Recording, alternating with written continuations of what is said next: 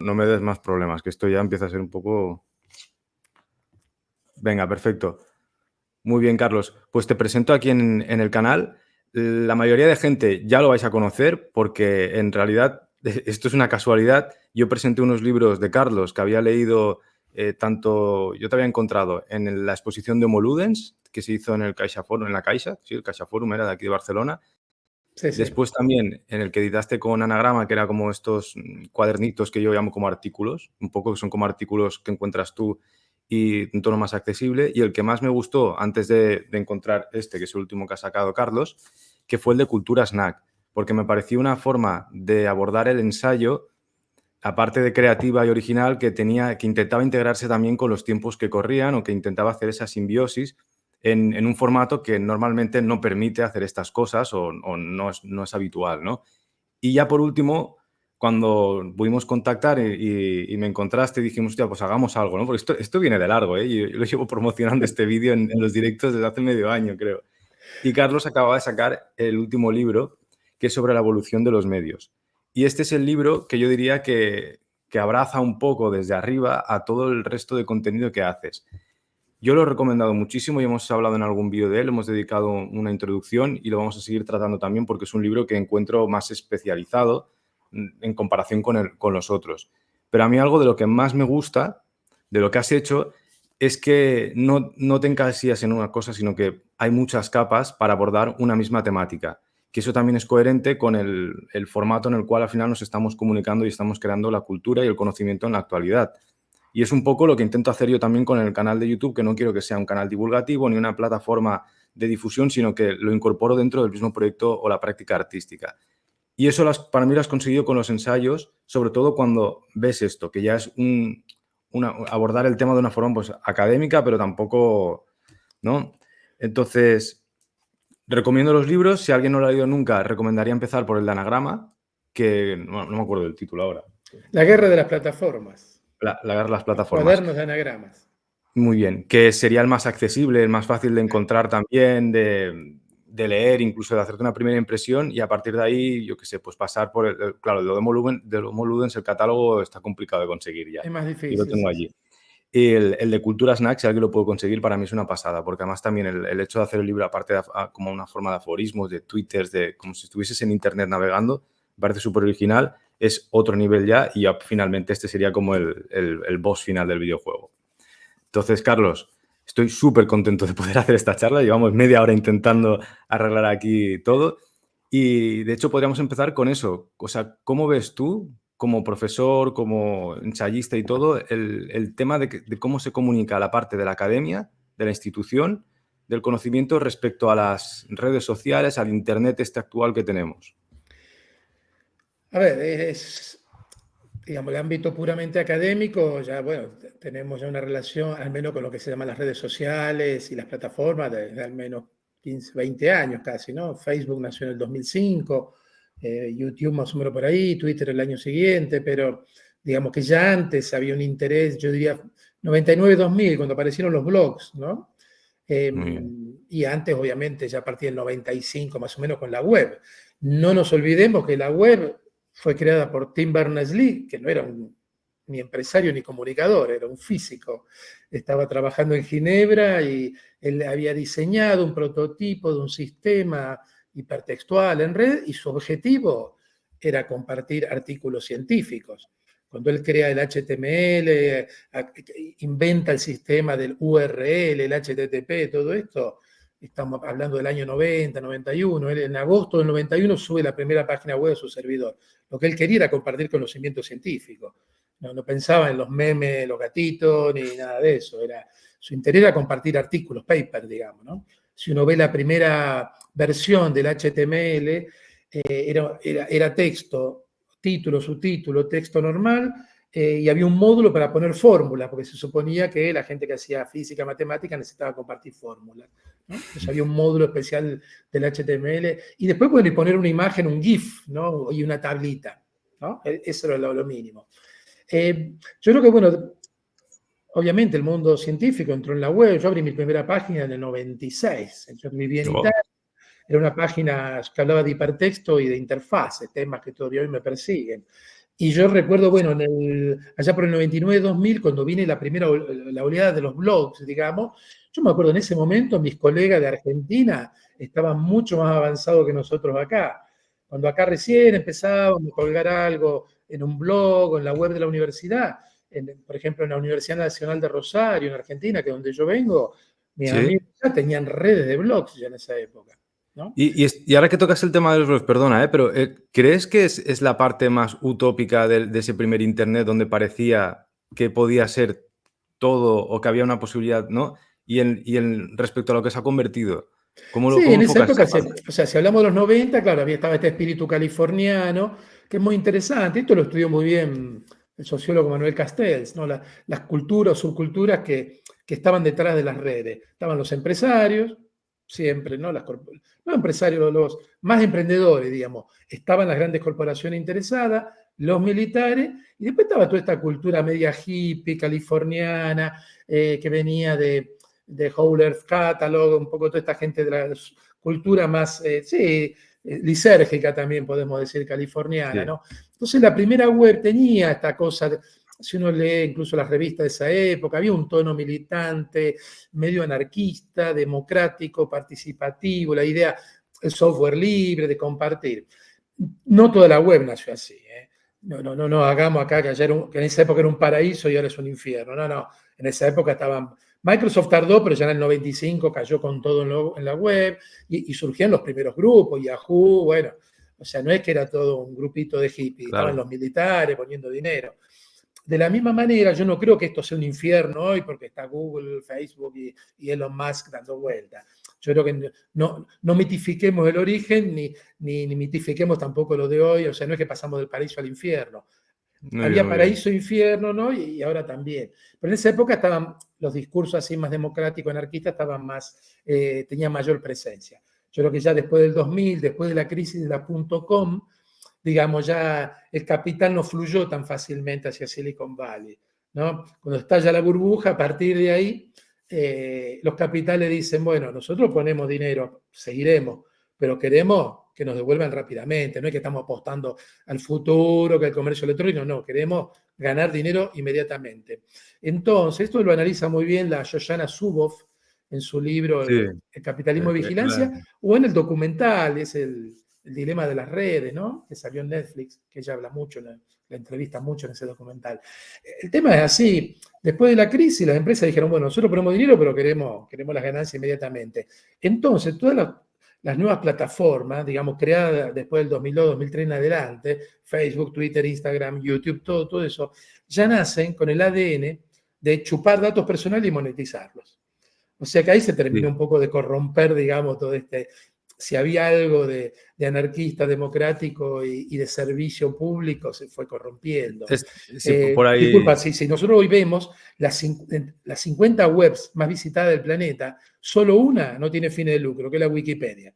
El resto son todas corporaciones, digamos, son todas empresas privadas que quieren monetizar. Pues esa es la pregunta que quería, como el punto que quería llegar, y es que ahora la acabas de clavar, porque realmente para las generaciones que somos más jóvenes, que no hemos vivido como con una edad adulta la parte de poder hacer los blogs o ese sentimiento que decías como anarquista o más, ¿no? Se ha idealizado posteriormente con las lecturas de fenómenos literarios como Mark Fisher o yo qué sé, estaba la parte del NetArt que la recopila muy bien Paz Sastre en un libro Uh -huh. y que en verdad está perdido, porque hay una parte de que se entiende que el Internet está todo, ¿no? Pero luego, con la lectura del libro este de Paz Sastre, que recomiendo un montón sobre el NetArt, te das cuenta de que no, de que realmente hay una arqueología digital, que no queda Totalmente. todo lo que hay. Y un poco esa idealización, cuando tú crees que se rompe con la crisis del .com, ¿no? Porque tampoco, Y al no vivirlo, parece una especie de película romántica que se cuenta respecto al Internet que vivimos. sí, Sin yo que creo, esto bueno, sea negativo, ¿eh? Yo tampoco lo veo son así, muchos pero relatos, ¿no? Yo creo que, bueno, un poco la complejidad también, ¿no? Por eso digo, no, nunca reducir todo a un relato único, ¿no? En esa época había corporaciones en los 90 y los 80, obviamente. Microsoft era el Big Evil, ¿no? Era el gran diablo, hasta que llegaron otros peores, ¿no? Eh, pero bueno, yo creo todavía sigue, digamos, hay espíritu de esto, ¿no? Todo lo que es el software libre y todo eso. Eh, si lo traemos a la inteligencia artificial, OpenAI, la empresa de ChatGPT, ¿no? ujú. al inicio no era una empresa. OpenAI era un grupo de gente que, digamos, creó una especie de organización que querían aportar al conocimiento, experimentación de la inteligencia artificial. Dentro de ese grupo, como que había todo un sector que justamente estaba por la transparencia, ¿no? Por experimentar, pero siempre dentro de ciertos límites éticos. Y dentro de ese grupo había otro sector que quería hacer guita. Sabemos, evidentemente, quién ganó la pulseada. Hubo todo un tira y afloje hasta que, bueno, obviamente el sector que quería facturar fue el que copó la empresa, digamos, la terminó de convertir en empresa, los otros se fueron yendo, fundaron otras cosas, y Vale. Microsoft le puso 10.000 millones de dólares. ¿No? Un buen Entonces ahí quedó. salseo este. Sí. OpenAI ya es hoy una corporación, ¿no? Digamos que todavía hay algo de esto, ¿no? Dando vueltas en el ambiente. Siempre hay prácticas marginales, hackeos, etcétera, etcétera, ¿no? Pero bueno, yo creo que sigue siendo un ámbito importante, sobre todo la web. Yo creo que la web hay que defenderla. La web no es de nadie. Es un consorcio que gestiona esto, donde están empresas, universidades de Estados Unidos, de China, de Europa, ¿no? Tim Berners-Lee pasó así, él crea la web como un entorno, como Linux, ¿no? Como un entorno abierto para compartir información científica. Él en el 92, 93 viaja a Estados Unidos, ya ahí estaba Netscape, ¿no? Que ya era un proyecto comercial, era el primer navegador, y él ve que en Estados Unidos, en vez de hablar de web, hablan de Netscape. Como que le dan a la web el nombre del software. Entonces, claro, es como decir el termo, ¿no? Termos es una Sí, marca, el ¿no? Pan Y después Bimbo, el Kleenex, pasó a ser sí. el nombre del objeto, ¿no? Pero originalmente era una marca, como decir un Kleenex. Entonces ahí Tim Berners-Lee dice, no, esto lo quieren comercializar, lo quieren invadir. Vuelve a Europa y crea el World Wide Web Consortium, que es el consorcio mundial que gestiona la web. Si Tim Berners-Lee hubiera montado una empresa, hoy sería mucho más rico que Elon Musk, que estaría dando vuelta al planeta con sus naves espaciales, o Con los soñando. trenes espaciales. Hay que un gran monumento a Tim Berners-Lee, que apostó por un consorcio internacional y no por crear una corporación y forrarse de guita, ¿no? Claro, ese espíritu de la web yo creo que es importante mantenerlo. Por más que la web esté colonizada, que cada vez las corporaciones se meten ahí dentro y la ensucian, queda todavía. O sea, nadie es dueño del HTML, ¿no? Por eso, cuando nace la comunicación móvil, todo el mundo, las grandes corporaciones querían crear aplicaciones móviles. Porque en una aplicación móvil uno no pasa por el HTML, no pasa por ese sistema abierto. Entras directamente en el coto de casa y la extracción de datos de una empresa, ¿no? Muy bien. Disculpa, Entonces, volviendo a la pregunta inicial, por ejemplo, yo dirigí el programa de doctorado 5 años, ¿no? El doctorado en comunicación en la Pompeu hasta el año pasado, y bueno, ya hace ya 2, 3, 4 años, cuando la gente entra al doctorado, digamos, al mes hay unas semanas intensivas de formación, y ya teníamos cursos hace varios años, ¿no? De SEO digamos, de posicionamiento de cada investigador en las redes, ¿no? Y en los buscadores. O sea, le damos curso a la gente que empieza a investigar para que aprendan a posicionar su investigación, a que tengan, digamos, preparar bien los artículos o los abstracts, las palabras clave, para que estén bien indexados y poder que su investigación circule mejor.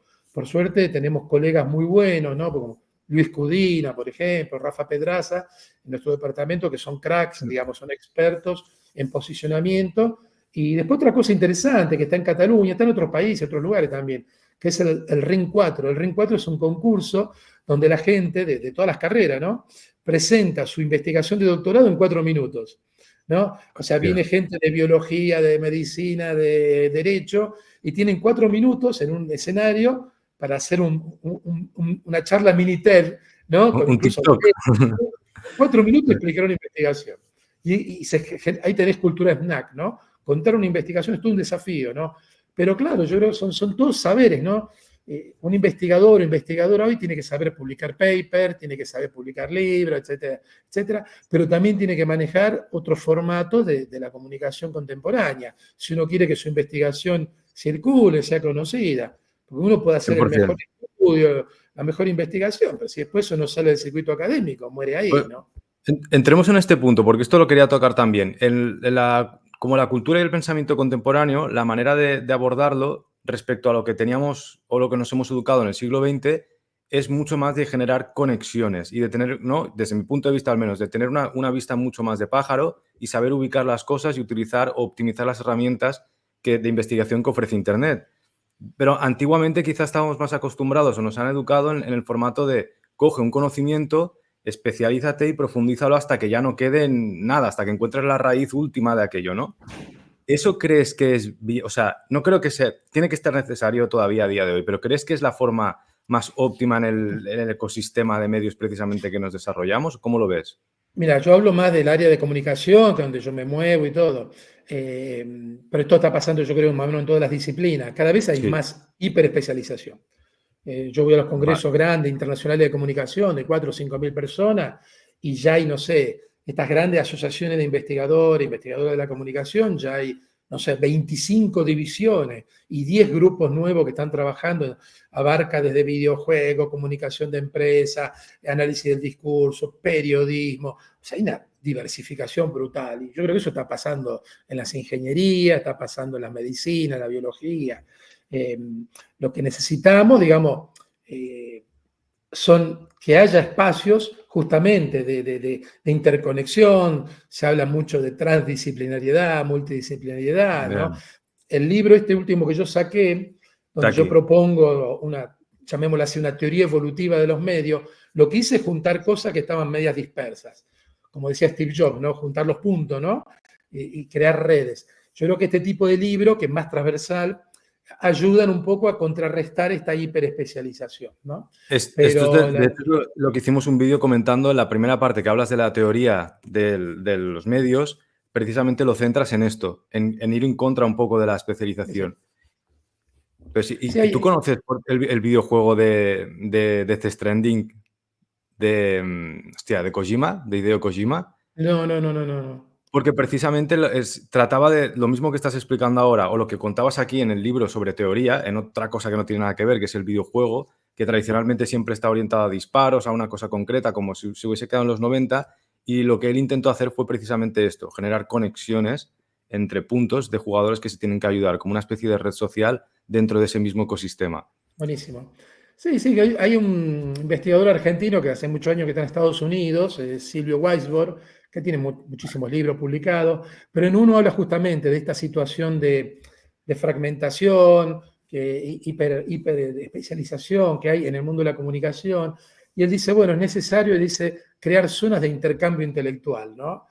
Zonas Muy de, bien. de trapicheo intelectual, llamémoslo así, pero en el buen sentido, ¿no? Crear zonas híbridas donde poder dialogar con diferentes líneas, ¿no?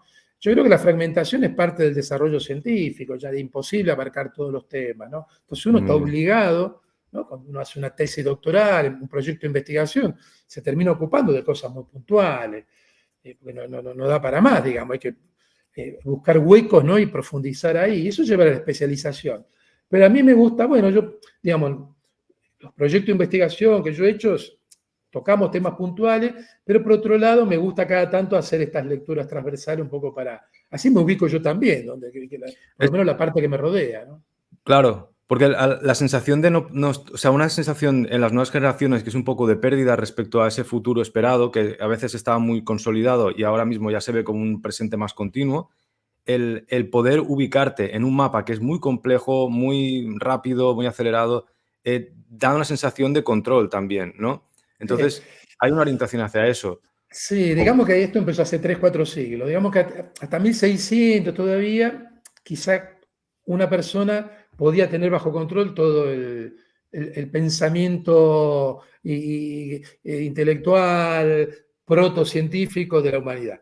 No sé, estamos hablando de 1600, 1700, ya en el 700 ya se acumulaba tanto el conocimiento que ya había que empezar a especializarse. Pero digamos que los últimos grandes filósofos tocaban diferentes teclados, Sí. digamos, ¿no?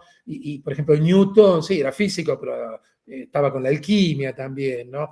Ya digamos que después de 1700, 1800 ya es imposible abarcar todo, y ahí empiezan a separarse en todas las ramas del conocimiento científico. Ya a finales del 800 tenemos ya las ciencias sociales, ya la economía de finales del 700, ¿no?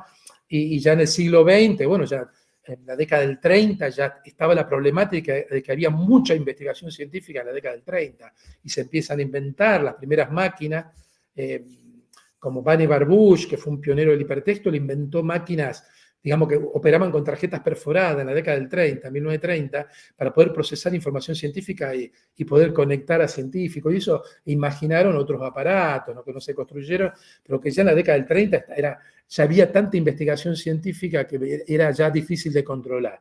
Hoy, imagínate, después de todo lo que ha pasado, la web, millones de grupos de investigación, la democratización de la universidad, cada vez más gente investiga, cada vez más gente trabaja en esto, hace que haya hay una burbuja también de publicaciones científicas, digamos la verdad. Entonces, claro. Hay polémica, ¿no? Con ese tema hay polémica con los papers y desde el entorno académico, ¿no? De cómo sí. últimamente se orienta la educación un poco a indexarse en esos papers y se deja de lado la parte más de... ¿no? Hay una especie de, lo has dicho tú, burbuja. Sí, porque bueno, lo que ha pasado primero es que lo que es el sistema de publicación científica se ha convertido, no es un monopolio, pero casi. Hay 3, 4 grupos internacionales que han ido comprando, juntando publicaciones científicas en todas las ramas de la ciencia. Entonces uno, si quiere publicar, tiene que pasar por alguno de estos grandes grupos editoriales, que cada vez, digamos, controlan el mercado, cada vez te piden más dinero para publicar, ¿no? Unos costes de publicación altísimos, y después salen los artículos y muchas veces no son de acceso abierto. Las universidades tienen que pagar también, o sea, es un modelo win-win total. Por otro lado, los sistemas de evaluación científica, ya sea evaluación de los investigadores, evaluación de los programas, de las universidades, de todo, ¿no? Pasan por las publicaciones. Entonces se ha generado un mecanismo medio maquiavélico, digamos, que hace que nosotros, para poder hacer carrera, para poder ir avanzando, ¿no? Para incrementar nuestro salario, una persona que empieza la investigación en la universidad o en un laboratorio tiene que pretende mejorar en su vida, ¿no? Y cobrar cada vez más. Para eso tiene que publicar. Para publicar tiene que pasar por el aro de estas 2 o 3 grandes grupos internacionales que encima piden dinero para publicar, ¿no? Entonces, claro, hay mucho descontento, ha habido manifiestos, empieza a haber movidas. Yo creo que ahí fue diría que un fracaso, por lo menos en Europa, de la Unión Europea, ¿no? Que Europa hace 20, 30 años podía haber dicho, bueno, hacemos un portal europeo abierto de la investigación científica, pero nunca se hizo. Yo creo que acá ha habido una acción, presumo, una acción de lobbies editoriales para que eso no ocurriera. Porque Europa tranquilamente podría haber creado un repositorio abierto de conocimiento científico, de acceso gratuito, subvencionado mínimamente por los países integrantes, ¿no? Mantener un buen servidor, digamos, bien gestionado, y sería otra cosa, ¿no? Claro, muchas veces, por ejemplo, los costes que implica entrar en estas bases de datos son muy altos. El Estado español pone mucho dinero, ¿no? Y las universidades catalanas también ponen dinero para esto también, ¿no? Para entrar en otras bases de datos. Pero si yo comparo con las universidades argentinas, que están prácticamente, el nuevo presidente les ha cerrado el grifo, no tienen presupuesto ni para pagar sueldo, se sueñan poder entrar en estas bases de datos. Entonces, ¿qué pasa? Recurren a bases de datos hackeadas, digamos, que hay una muy famosa en Ucrania, que hay una base de datos de publicaciones científicas, o sea, hackean y ponen todo ahí, que es lo que está alimentando la investigación científica en buena parte de lo que se llama el sud global. Países que no pueden pagar el acceso lo están hackeando. Y yo creo que si durante la pandemia hubo un desarrollo rápido de vacuna en redes internacionales, en gran parte fue porque habían hackeado muchos artículos y estaban disponibles sin pagar. O sea que, quiera o no, ese grupo de hackers está haciendo un gran servicio público a la ciencia a nivel mundial. Muy bien, qué interesante. Y respecto, ya que hablamos de... Luego te quiero preguntar por polémicas de estas de inteligencia artificial y todo este rollo, pero me lo voy a guardar un poquito para más adelante. Respecto a este tema de publicaciones en lo académico, si salimos ya a la siguiente capa, que quizás donde accede un poco más el público que no está metido en estas burbujas, del sistema editorial, especialmente en lengua hispana, controlado por 2 monopolios, que es Grupo Planeta y Grupo Random House, que a la vez tienen como muchos subsellos y acaparan un poco también el tema de pues, la distribución del libro, que es súper importante y se lleva pues, igual el 50% del precio. Toda esta cadena del libro, en general respecto al poder de comunicación en las nuevas redes o nuevos ecosistemas que tenemos como esto que estamos haciendo aquí, básicamente. ¿Cómo encuentras tú tu relación desde donde tú vienes con ese sistema editorial que parece anclado y luego también con editoriales que es difícil que tengan una distribución como, porque Ampersand o donde editaste también Cultura Snack, ahora no me acuerdo de la editorial, pero La Marca de Buenos Aires. vale. ¿Cómo ves tú porque al final es una dificultad más para un tipo de conocimiento que para mí es fundamental, porque de hecho yo te he presentado en algunos vídeos como una continuación del trabajo de McLuhan, pero actualizado y desde nuestro idioma. No para tirarte flores, sino también para que la gente entienda en qué está ubicado. Yo no he conocido a otra gente que lo toque así de bien realmente, el tema, ¿no? Y es un tema que nos importa a todo el mundo ahora bastante. Pero ¿cómo ves la relación entre ese sistema editorial tradicional y el poder de comunicación de los ecosistemas y a la vez los dos monopolios editoriales controlando un poco todo eso de fondo? Gracias por lo de McLuhan. Yo de niño quería ser Humberto Eco, pero no importa. No. A ver, yo he publicado en todos los formatos posibles. A ver, he publicado libros de autopublicación, trabajando con universidades, que inmediatamente están disponibles online. Hace un par de años publicamos un libro con una editorial británica, con todos unos colegas, con un libro sobre mediatizaciones, una editorial británica, un libro de estos académicos, que son libros más para biblioteca, digamos, que se venden a un precio bastante alto en inglés, y acabamos de sacar la edición en castellano gratuita con una fundación de Colombia, que está a acceso libre. He publicado libros con editoriales del Grupo Planeta, he publicado libros con Anagrama, que es una editorial independiente, digamos importante, pero independiente. A ver, Anagrama fue vendida a Feltrinelli, que era otra editorial familiar muy potente italiana, pero Feltrinelli no es Planeta, sigue siendo es una editorial, digamos, familiar muy potente, ¿no? He publicado con editoriales muy pequeñas de Argentina o de España, que después los libros llegan poco a América Latina, o he publicado libros en México o en Argentina que llegan poco a España. En el caso de Ampersand es muy interesante porque ellos imprimen en Argentina y en España. O sea, este libro tiene muy buena distribución en España. Y en Argentina también, estamos muy bien distribuidos en Colombia, ahora estamos entrando en México, digamos, ¿no? O sea, tengo experiencia, he publicado con Routledge, que es una gran editorial académica británica, digamos, ¿no? Bueno, a ver, el capitalismo siempre tiene una tendencia a la concentración, pasa en todos los campos, ¿no? Esto ya Marx lo descubrió hace 150 años, ¿no? Se van monopolizando, o por lo menos un pequeño grupo de empresas tiende a concentrarse, ¿no? Por una cuestión de reducción de costes, etcétera, etcétera. Si uno ve, por ejemplo, bueno, el caso de Planeta, que yo ya he publicado con ellos, son como 20 o 30 sellos, ¿no? Y cada uno tiene su nicho, ¿no? Bien. Lo que yo creo que lo más interesante es que hay variedad, ¿no? Porque si uno publica a lo mejor un libro con una editorial, con una de las editoriales del Grupo Planeta, tienes la posibilidad de tener una muy buena distribución en España, en América Latina, ¿no? Pero a mí también lo que me interesa muchísimo es todo este ecosistema donde hay pequeñas editoriales, acá en Argentina, en Colombia, que tienen una vitalidad brutal, brutal. Sí. Tiene un índice de recambio, ¿no? Nacen muchas editoriales, después de 4 o 5 años algunas no se consolidan, pero permanentemente están llegando cosas nuevas. Y muchos autores y autoras empiezan ahí, después saltan a otras editoriales, otros se consolidan en este circuito. Yo, digamos, antes que cargar las tintas contra este grupo o el otro, que tienen sus lógicas, son grandes empresas, digamos. A mí lo que me interesa es, digamos, tomar distancia y ver todo el ecosistema. Si estuvieran solo esos grandes grupos, estaríamos en un problema. Si todas fueran editoriales pequeñitas, también tendríamos un problema, porque los libros se distribuirían solo en cada país o en cada ciudad. Y no tendríamos que viajar, no sé, a Ecuador, a Bolivia, para enterarnos de lo que están publicando.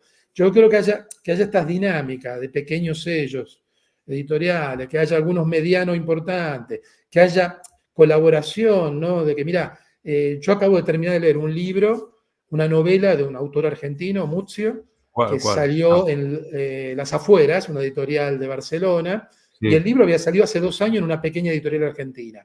O sea que en este ecosistema hay intercambio, ¿no? Fluyen las cosas. Y yo creo que, bueno, en ese sentido, nunca en la historia de la humanidad se habían publicado tantos libros, ¿no? Ya sea bestseller, ¿no? ¿Qué pasa? Después sí, hay conflicto, obviamente, ¿no? hay muchos bestsellers que se venden en los supermercados, en la gran distribución, ¿no? Y ahí operan estos grandes sellos, ¿no? Pero bueno, yo creo que son tensiones propias de la convivencia de diferentes lógicas, sí. Pero Sí. lo que es bueno es que haya diversidad, digamos. Yo creo que hay que haya diversidad. Si hubiera solo un tipo de perfil o de empresa o de lógica, estaríamos en un problema. Y después, bueno, son las dinámicas. Son las Pero dinámicas. entonces, respecto a esa posición, ¿crees que o sea, si vemos hoy la visibilidad como un valor muy importante, porque parece que cada persona en el ámbito cultural se hace responsable de esa visibilidad en muchas ocasiones, ¿cómo lo confrontas eso también? Porque quizá en un sistema editorial más tradicional, esa responsabilidad recae en el editor o en el arte recae en los galeristas, etcétera, y cada vez da la sensación de que ese peso es más responsabilidad del individuo y la relación con el intermediario empieza a ser más como diferente. Bueno, yo lo veo así. ¿Tú lo Sí, percibes igual o no? sí, a ver, yo soy uno que como estoy siempre en las... a ver, la gente se piensa que yo vivo en las redes sociales y todo. Yo soy muy tuitero, por una cuestión generacional. Hostia, Instagram, Twitter, vale. muy poco. Solo cuando hago viajes, saco alguna foto, no estoy todo el día Instagram haciendo... muy, muy poco, debo Muy decirte. poco, Claro, muy es que poco, muy poco. Soy muy vago. Me encanta hacer fotografía. Soy regularmente bueno haciendo fotos. Podría llenar Instagram de fotos todos los días. Pero no... Me gusta otro tipo de conversación. Facebook, voy publicando cosas, pero entro a lo mejor 5 minutos cada 2 días. pero Eh, Facebook está muerto, ¿no? Instagram, Ya, ¿o qué? algunas conversaciones en Instagram, muchos ex estudiantes que entran en el mundo laboral descubren Instagram, entonces como que hay un flujo de comunicación muy de mis temas, ¿no? Muy profesional, que me gusta. Ahí no se habla ni de Vale. política, ni se va a la confrontación, ¿no? Que es más de Twitter. Pero bueno, esa es un poco mi dieta mediática. Eso las editoriales les gusta, digamos, ¿no? Porque dicen, bueno, ya saben que cuentan conmigo, ¿no? Yo viajo mucho, me invitan a un congreso allá, presentamos libros, etcétera, etcétera. La semana que viene me voy a Argentina a presentar, bueno, me voy por unos congresos y de paso voy a presentar el libro 2 veces en Argentina y en Chile, ¿no? Entonces, ¿qué pasa? Sí, los autores colaboramos en este proceso. Hay editoriales que se desligan bastante de todo esto, hablando con Vale. colegas, y dicen, no, la editorial publicó el libro y se olvidó. Hay Esto otras lo he visto editoriales bastante. que acompañan mucho. En este caso, por ejemplo, Ampersand permanentemente me está consiguiendo entrevistas de acá, de tal radio quieren llamarte para hablar, si vas a tal lugar lo presentamos en esta librería. Yo creo que bueno, yo creo que este es el modelo, ¿no? Sí. Si hay algún autor o autora que quiere estar encerrado y no le interesan las redes sociales, está en todo su derecho, ¿no? Pero también las editoriales, yo creo que es parte de su trabajo, ¿no? De hacer un poco de marketing y no trasladarle toda la responsabilidad a los autores y autoras. Y te doy un dato. Hay editoriales que han publicado libros de gente que tenía millones de seguidores en redes sociales y los libros son Sí. un fracaso económicamente. O sea, tener mucho impacto, muchos followers, seguidores en las redes, no garantiza que un libro reviente las estanterías en las librerías. No, no. Y de hecho sucede un poco lo mismo también igual que editoriales en YouTube o en otras plataformas que utilizan estos algoritmos ya evolucionados a otra Sí, sí. escala, que es incontrolable y de alguna manera no importa tanto el número de seguidores, sino el impacto del propio vídeo o contenido que se publica, que puede haber gente con 1 millón de seguidores y un vídeo no tener el impacto, ¿no? No, Sí, no sí. es proporcional No, lo, tampoco. lo mismo pasa digamos, con los libros impresos, digamos así, ¿no? Que tener muchos seguidores en una red no implica que toda esa gente va a salir corriendo a comprar tu libro en la librería. Claro. Muy bien. Y respecto al libro, a ver, el libro también debo decirte, no te lo quiero comentar mucho porque yo estoy haciendo una serie de vídeos donde lo vamos haciendo una lectura con los subrayados que hay aquí y yo trato de extraer un poco con la línea que hay en el canal lo que a la gente que me sigue y todo, pero si no, que léetelo, ¿no? Como quien dice. Pero ¿crees que es de lo más completo respecto al tema que podemos encontrar ahora mismo? Claro, lo has escrito tú, no sé qué me vas a decir, pero en caso contrario también, por ofrecer más cosas, aparte de los autores que tú citas aquí, que muchos son difíciles de encontrar realmente también, que en la primera parte citas un montón de, ¿no? Porque hablas un poco de cómo siempre acabamos en McLuhan, todo el mundo, y previamente también hay una serie de autores que han tocado estos mismos temas, pero quizá pues no son tan conocidos. Entonces, ¿qué otros autores o en qué otros entornos podemos encontrar este tipo de información en un nivel más, yo no quiero llamarlo académico, pero sí un poco más refinado, ¿no? Porque si no todo el mundo acaba en Harari y estas cosas que yo sinceramente no lo acabo sea, ese contenido divulgativo, Sí. excesivamente divulgativo, ¿y dónde estaría la siguiente capa? Si nos puedes recomendar a la gente que te esté viendo ahora, o autores o temáticas o cosas que puedas encontrar este tipo de contenido. A ver, este es un libro para el mundo académico, interpela a un lector, a una lectora académica, es un libro que resume, digamos, unos 10 años de investigación. Mi primer artículo publicado en inglés sobre evolución de los medios del 2013. Y la edición en inglés de este libro apareció el año pasado en Routledge, o sea ¿Es que la en un arco traducción de esta? 10 años. ¿Cómo? O sea, esto lo habías editado antes en Sí, inglés. sí, sí, sí. Yo lo escribí en inglés. Pasó así. Yo firmé el contrato con Routledge en el 2019. O sea que empecé a escribir el libro en pandemia. Encerrado en mi casa, tuve tiempo, trabajé, utilizando las bases de datos que pagamos todo con nuestros impuestos, ¿no? Web of Vale. Science y Scopus. Hice búsquedas de los diferentes temas, conceptos que yo estaba trabajando y claro, muchos de esos artículos están bajo un muro de pago. Son artículos científicos publicados por publicaciones científicas, sobre todo en inglés. En este libro hay 600 referencias bibliográficas, la mayoría en inglés. Ya, ya. Yo lo escribí en inglés porque yo venía escribiendo artículos en inglés, pero dije, no, quiero hacer un libro en inglés mío, todo. Lo escribí, lo mandé a corregir, todo. Si hubiera estado el ChatGPT en esa época, pero digo, hubiera ido como bala. Fue todo escrito, digamos, a mano, no había ChatGPT en esa época, va. Y lo hubiera podido corregir mejor, incluso antes de mandarlo a corregir a mi Es correctora gracioso que digas humana en de esa época, Cambur. hace 3 años, ¿eh? Igual estamos hablando, 3 o Sí, 4 en el años, ¿no? 2020, ¿no? 2 años antes que apareciera el ChatGPT. Y después, claro, yo mismo me hice la traducción al castellano, hubiera Vale. podido retocar alguna cosa y no toqué nada, quedó igual, exactamente igual la traducción al castellano.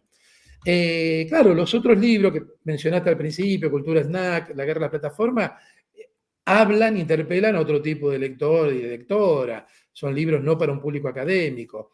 Yo venía muy cansado de escribir en lenguaje académico y todo. Los artículos científicos son cada vez más aburridos, se habla de una investigación, objetivo, metodología, análisis, poco ensayo, ¿no? Antes había mucho más ensayo. Entonces, bueno, traté de hacer estos libritos más de no ficción, digamos, como se dice ahora, y en cambio este es un libro académico, pero claro, al hecho de escribir mucha no ficción y eso, incluso ficción, yo creo que me ha salido bastante accesible para un lector no especializado, a pesar de que Es es un totalmente tocho accesible. teórico. O ¿No? sea, evidentemente no para alguien que está acostumbrado a libros de divulgación, de esta más de Sí. entretenimiento, como quien dice, curiosidades, pero con un mínimo interés. Y precisamente es una de las cosas que a mí, yo te lo dije, que es lo que, y de hecho es por lo que me gustas como autor, que es la voluntad de comunicar y de no perder lo que has dicho, el ensayo. Porque el ensayo al final es probar algo que puede fallar también en un determinado momento. Y ciertos textos académicos muchas veces me parece que juegan a no fallar, ¿no? Dentro del convenio que ya hay, del pensamiento en un campo determinado, no corro el riesgo de, ¿no? Incluso en la manera de comunicar. Y aquí, aparte de las múltiples referencias, porque está, bueno, es que mira, aquí mismo, por ejemplo, no se va a ver una mierda aquí. Nada, no se ve. Bueno, está lleno también de fragmentos de otros textos, de citas, de referencias que luego tú también comentas y abordas y vas reconduciendo. Los temas también están separados de forma que no hay una continuidad, pero todo tiene que ver con la misma temática. Y creo que está también la voluntad de querer eso, de aplicar, de romper un poco los esquemas teóricos de un campo como el tuyo, que tampoco es muy conocido, porque más allá de la referencia de McLuhan, que es a la que acabamos todo el mundo siempre por accesibilidad, hay muy poco sobre todo a cara al público más abierto, ¿no? Imagino que una vez estás especializado en algo tanto y accedes también a textos en inglés y otros idiomas, pues ya se te hace un poco más amplia el campo de En el referencias. mundo de la comunicación, si hablamos de la bibliografía más en España, hay muy buenos libros, por ejemplo, de periodismo. Sí, hay manuales de periodismo, pero por ejemplo hay buenos Vale, libros de experiencia dentro de la maquinaria periodística. Hay libros muy vale. de gente que trabajó en un momento determinado con ciertos directores en ciertas publicaciones y se han generado textos muy interesantes. Después, si uno ve el mundo de la publicidad, por ejemplo, hay también muchos libros de memorias, experiencias, y después sí, manuales que esto va tan rápido que esos manuales, no sé, de comunicación online, de publicidad online, después de un año ya todos quedan Ya, totalmente sí. pasados, ¿no? De comunicación en dispositivos móviles, ¿no? Eso fue tan rápido que van quedando bastante desfasados. Después libros de historia de los medios. En España han salido algunos volúmenes interesantes sobre arqueología de los medios. Hay gente que venía trabajando hacía mucho. Por ejemplo, hay toda una serie de libros sobre las linternas mágicas, los espectáculos de fantasmagoría entre el 700 y el 800 en España. Hay libros muy interesantes sobre eso. O sea que hay bibliografía interesante. Sobre Claro, ¿podrías decirnos algún, si te acuerdas, si no, no, porque a mí me pasa lo mismo, pero si te acuerdas de algún libro, de algún autor de esto que acabas de comentar, para que quede aquí alguien si lo quiere buscar, o si no me lo pasas uy, luego, así, lo comparto. No, se me yo están estoy pasando igual, los que no estoy- si quieres, después te paso una lista Sí, venga. o hacemos un vídeo, los pongo acá al lado y los vamos comentando. Sí, o si me los pasas, yo lo puedo compartir en la caja Perfecto. de la No descripción. quiero cometer tampoco injusticias. No, no, sí. Decía, eso por un lado. Pero bueno, yo mismo ahora estoy trabajando en un nuevo libro. Vale, Es un libro no para especialistas.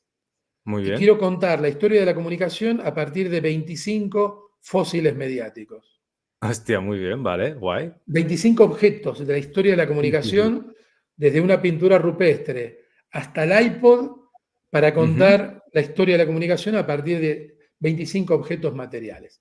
Esto, si Eso todo va vende. bien, saldrá el año que viene. Ese es un buen vídeo viral, ¿eh? Si lo haces así, está muy bien pensado.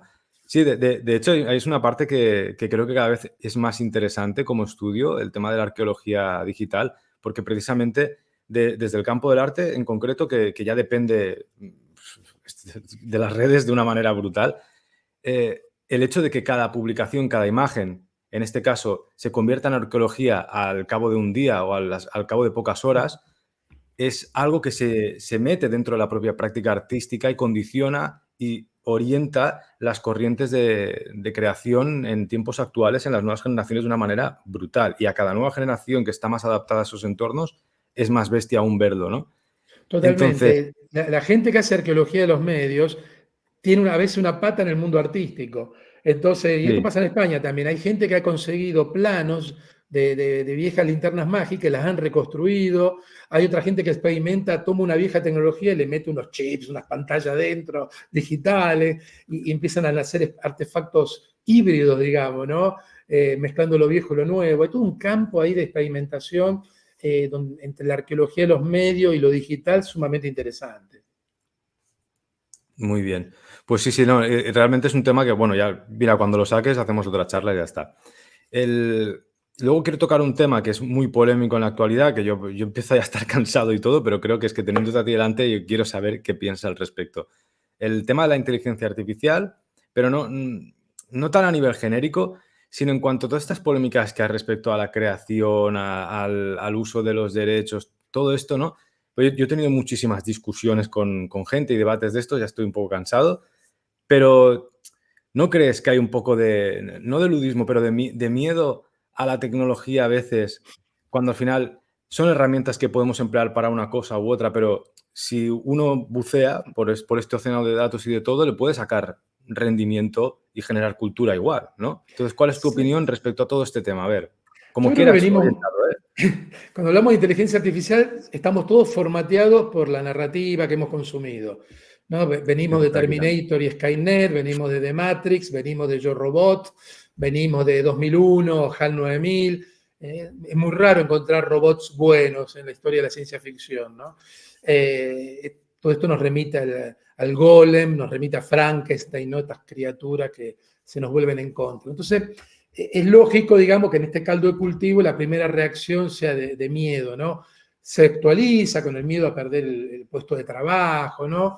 Que seguramente hay profesiones que Correcto. se van a ver afectadas, como cualquier otra revolución tecnológica. Dicho esto, tú decías, son herramientas que se pueden usar para una cosa o la otra. Las herramientas nunca son neutrales, las herramientas vienen cargadas, como cualquier tecnología, ¿no? Vienen cargadas con programas de uso, vienen cargadas con ideologías, con valores, y las inteligencias artificiales no son una excepción.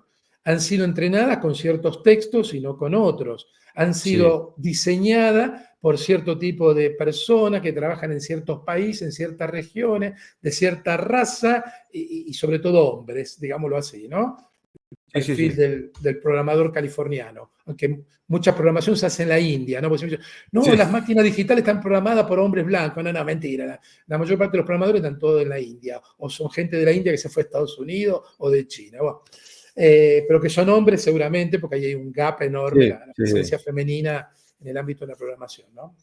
¿Qué pasa? Claro, a partir de ahí es una tecnología disruptiva. A mí no me gusta abusar del concepto de disruptivo, pero yo creo que sí, en ciertos ámbitos, en ciertas profesiones, donde lo textual, ¿no? La materia textual, el texto escrito, el vídeo, el sonido, el audiovisual, ¿no? La imagen, la fotografía, son todos textos, ¿no? Todas las Ujú. profesiones que tienen la textualidad al centro de su actividad se están viendo afectadas y se van a ver afectadas. La comunicación, incluyendo periodismo, publicidad, relaciones públicas, cine, televisión, escritura, todas esas profesiones están siendo afectadas por la IA generativa. Después están las predictivas, están las otras, ¿no? Las profesiones vinculadas siempre a lo textual. La educación es totalmente textual.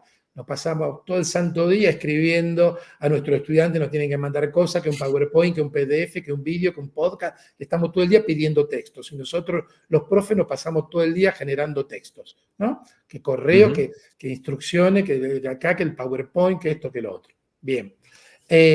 Profesiones vinculadas a lo textual. La traducción. Los traductores y traductoras pasan todo el día, ya sea una traducción escrita, una traducción oral, bueno, ahí también están operando mucho las inteligencias artificiales.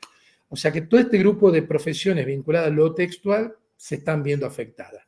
Y bueno, esto ya lo vivimos con otras revoluciones digitales que hubo en los 80, con la llegada de la web. Y después, obviamente, habrá gente que utilizará esto para el fraude, para hacer deepfakes, para operar sobre las campañas electorales en Estados Unidos que se vienen, ya están ahora, ¿no? O sea, siempre va a haber grupos potenciando contrainformación y claro, estas máquinas pueden generar cosas muy potentes a nivel de fakes, ¿no? Entonces, Ujú. bueno, como cualquier otra tecnología hay un lado oscuro de todo esto, los sesgos de estos algoritmos, ¿no? Porque han sido entrenados con cierto tipo de textos, en el fondo no son ni peores ni mejores que la humanidad, ¿no? En el fondo. Así que bueno, estamos en esa situación. La Unión Europea ya se empezó a mover para tratar de regular un poco esto. Me parece bien que se haya movido. Con las plataformas, Europa, Estados Unidos tardaron casi 10 años en moverse.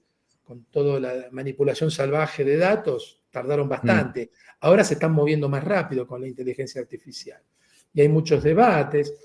Hay todo un sector en Europa que dice, está bien, regulen, pero no tanto, porque si nos empiezan a poner trabas, vamos a perder la competencia, que es impresionante la diferencia, ¿no? Con China y Estados Unidos. Claro. ¿No? Allá tendrán otro, en Estados Unidos no hay mucha regulación, en China sí, el Estado regula, pero las cuestiones éticas seguramente no le interesan tanto, ¿no? No. La tradición humanista es más intervencionista, es Sí. más reguladora, y claro, algunos actores dicen, bueno, atención, regulemos, pero no tanto. Estamos en esto.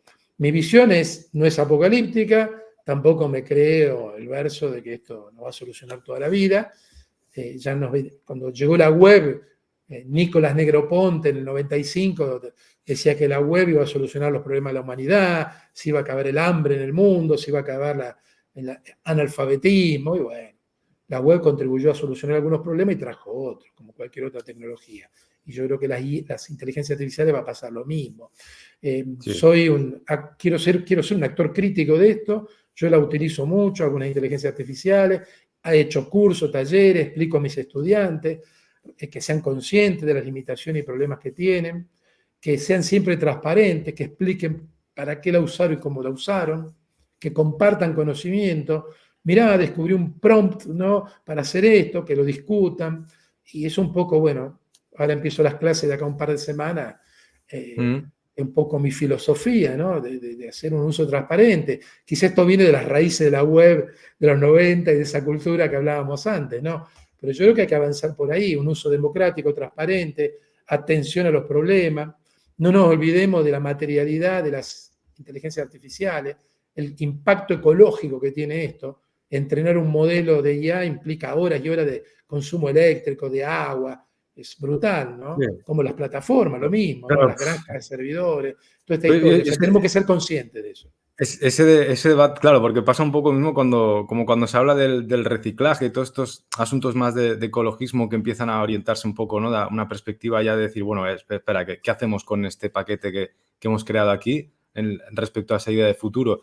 Pero al final, si la propia industria que genera todos los productos nuestros alrededor se basa precisamente en ese funcionamiento, no hay como una carga de responsabilidad moral sobre el consumidor cuando luego pues, vas a comprarte al supermercado y todo está envuelto en plástico, pero es que no se concibe de otra manera. Los mecanismos industriales no parecen orientados ni hacia otro lado ni nada.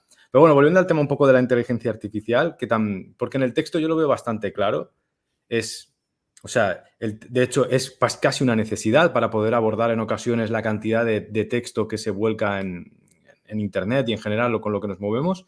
Entonces, en respecto a la imagen o en el apartado del arte, que es también donde ha habido mucha polémica por la propiedad ¿no? Porque el texto es difícil de decir esa propiedad en cuanto a que, yo qué sé, pues las traducciones que se hacían en los monasterios por parte de los monjes que contaminaban esos propios textos que consideramos clásicos, ¿no? Y que llegaba un momento en el cual uno ya no sabe si aquello lo dijo un autor o otro, o se lo inventó un señor copiando, y hay que hacer una especie ahí incluso de cábalas.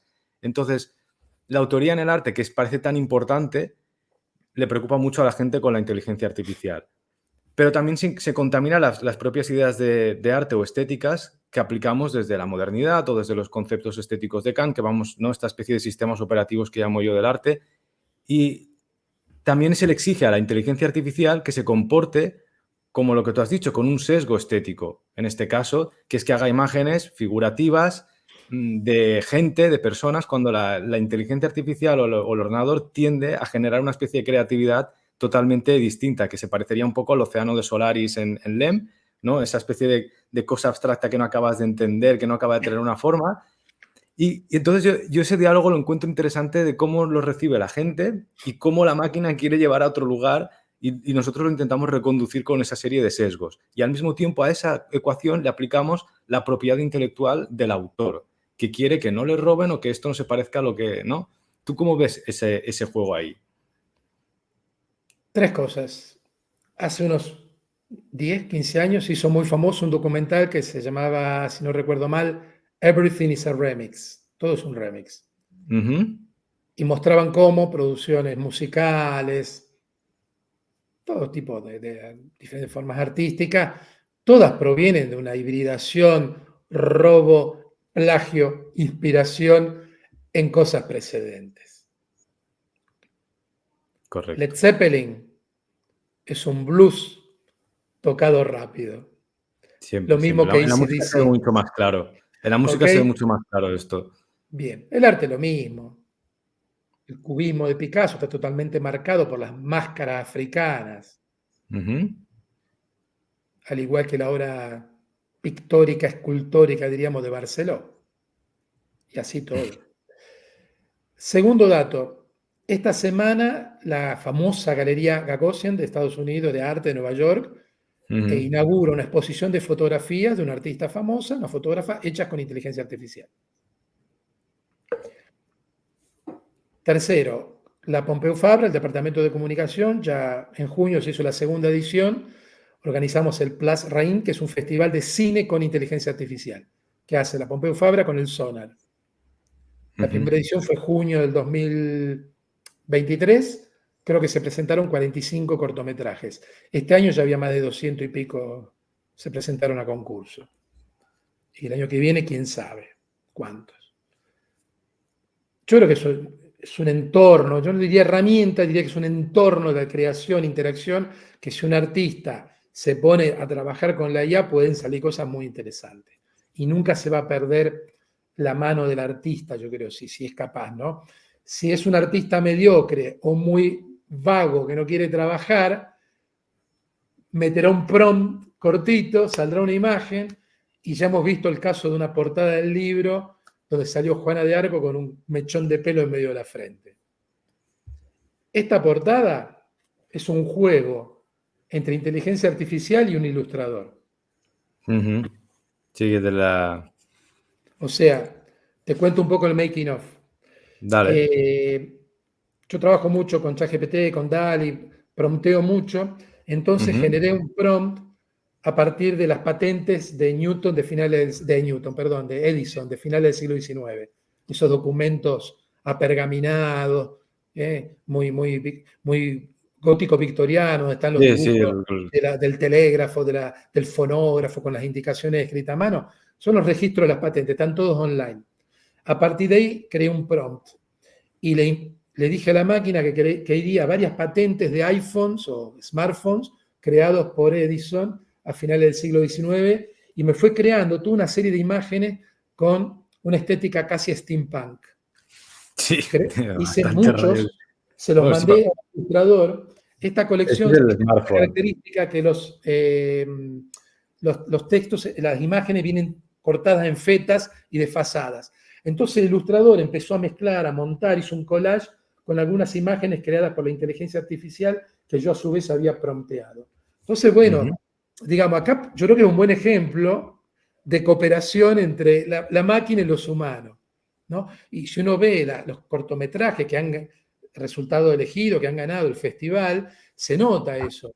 Gente que tira de la IA para escribir el guión, gente que aprovecha las alucinaciones, errores de la IA para jugar artísticamente con eso. El error Sí. es creación, el Es, error es es lo arte. más interesante de la IA también, A mí lo precisamente, que más creo, ¿eh? interesa son las alucinaciones. A mí Sí, lo que me molesta de la IA hoy, sobre todo si uno busca un uso artístico, por ejemplo el ChatGPT 4, es que es cada vez más políticamente correcto. Jorge también. Carrión, que estuvo haciendo experimentos literarios con el 2.5 y el 3.5, ya había notado la diferencia. Hay un libro de él que se llama Los campos electromagnéticos, de Jorge Carrión, junto Mm, con Talleres Estampa, el grupo de Barcelona que trabaja con IA, en la editorial Caja Negra.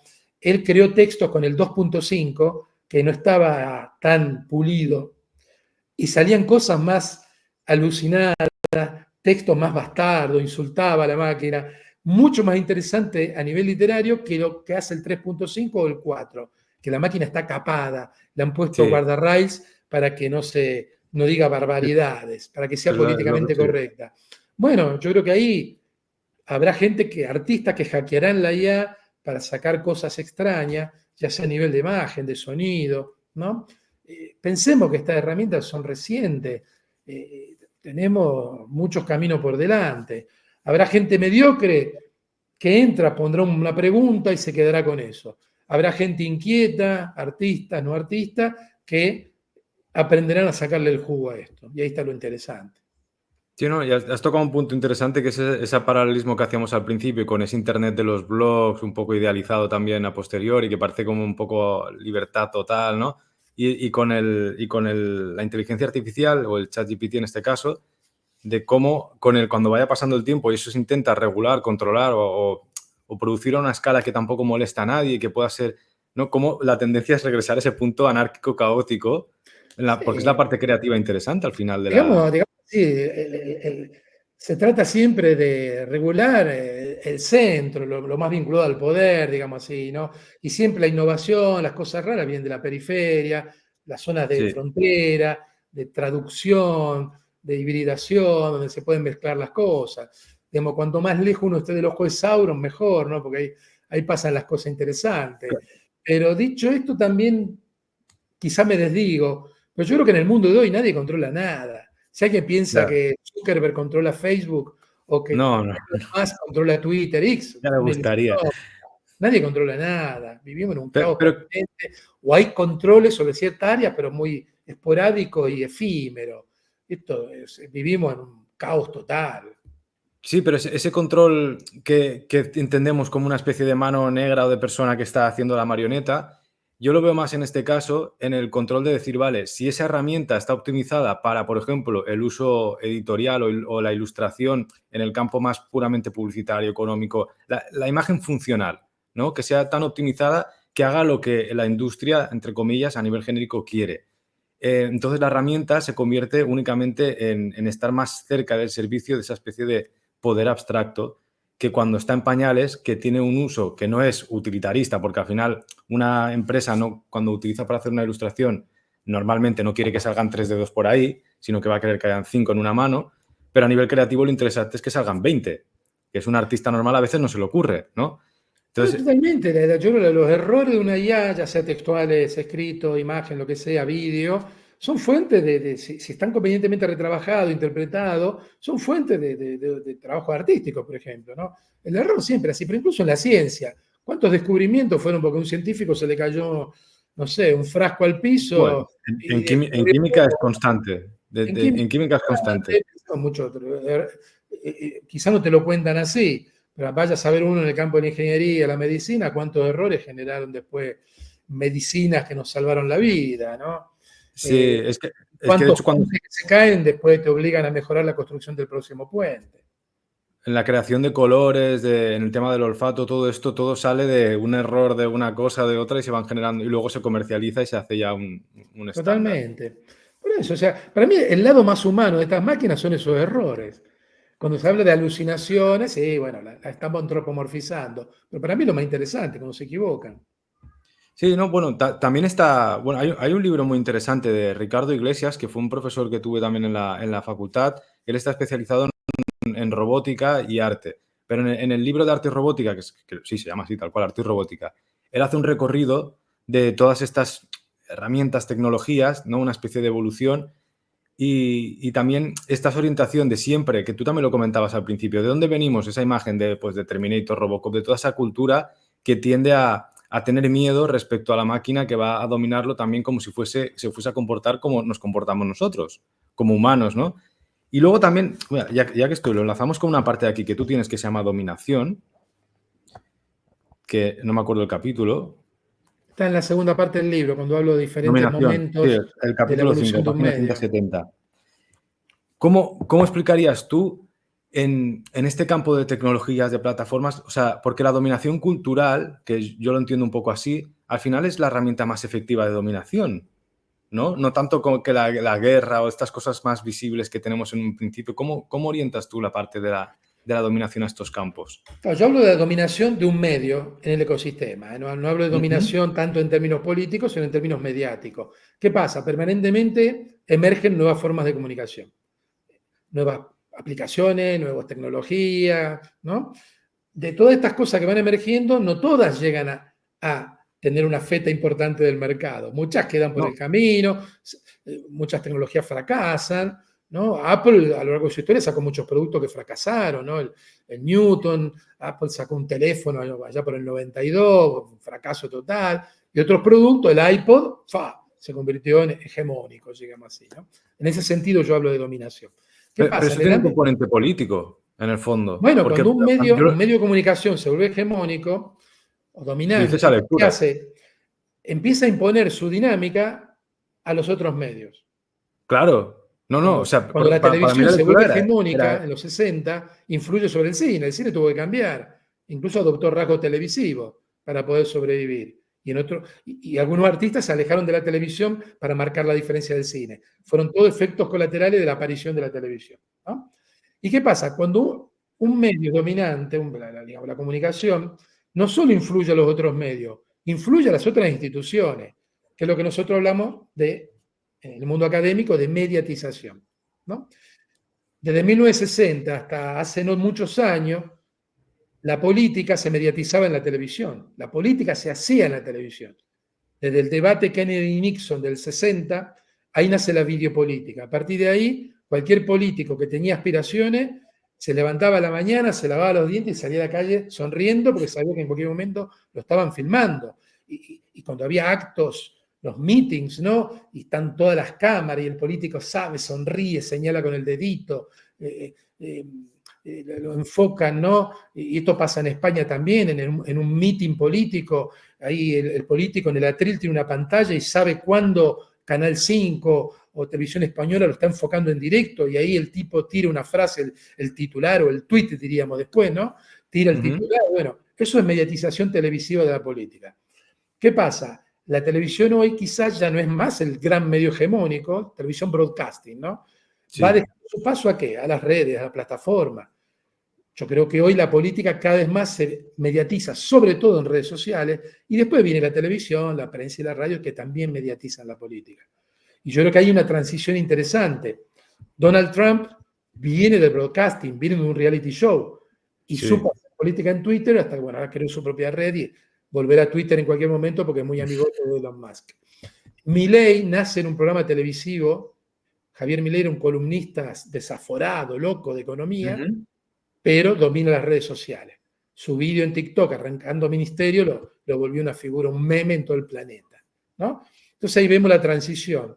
Políticos que venían de la mediatización televisiva ya están en la mediatización de las redes sociales.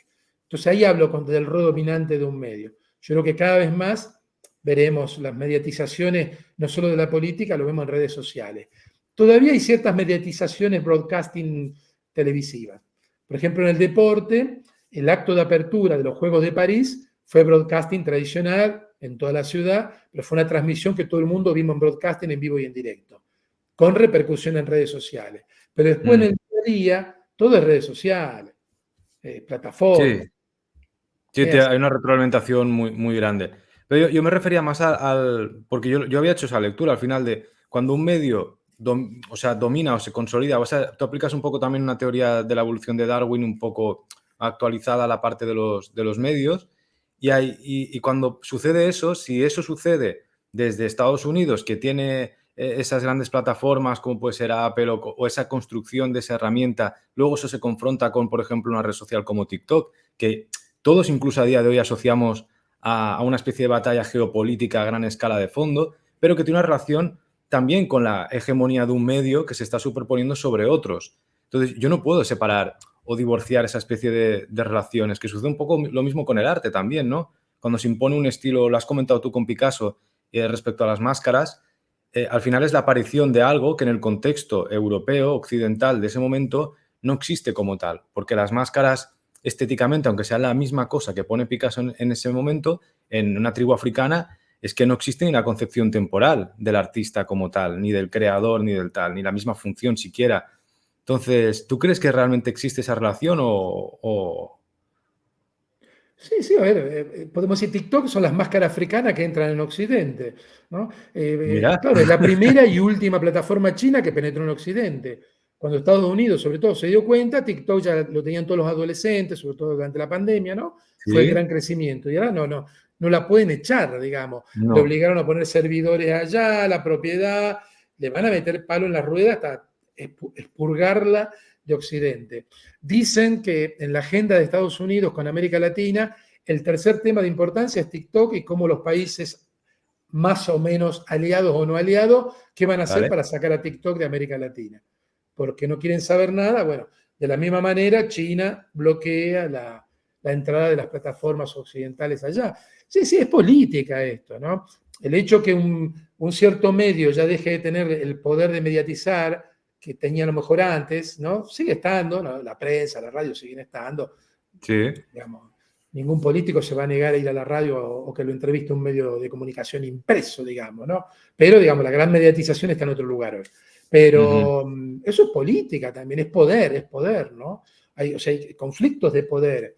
No tanto vinculado a los partidos políticos, está hablando de la No, gestión del poder, el poder de es un circo. enunciar, Sí. el poder de interpretar algo, de imponer una interpretación, y estamos en eso, ¿no? Estamos en eso.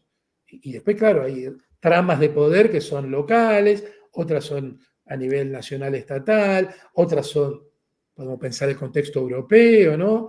Y después están los grandes conflictos internacionales, ¿no? Esta guerra fría nueva que se está perfilando.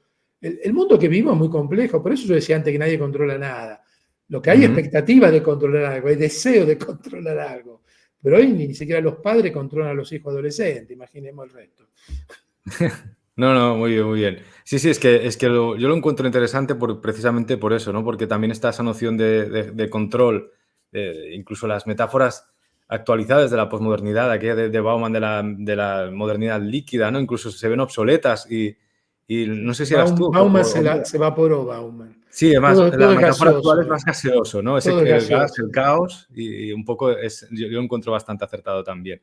Y respecto a lo que estábamos hablando de la evolución de los medios precisamente y aplicado donde yo te encontré un poco, que es la parte más interesante del videojuego, de cómo lo analizabas tú como medio, no como nada concreto.